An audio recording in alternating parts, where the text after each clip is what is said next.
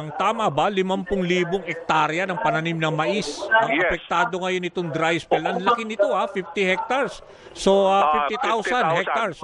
So bali 50. mga ilang corn farmers yan, mga ilang 23,000 ba? Tama ba itong bilang na binigay sa akin? Mahigit? Mga ganon.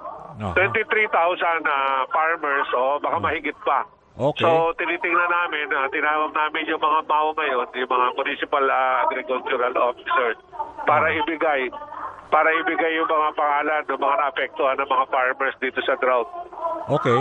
So sa lalawigan ng Isabela. Kasi, ang hirap. Tinamaan ng sobrang ulan noong mga December, hindi lumusot. Tapos ngayon naman, tinamaan ng tag-init.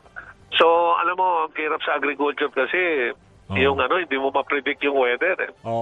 At saka yung kalikasan, climate change. Tapos alam mo na, nature always wins.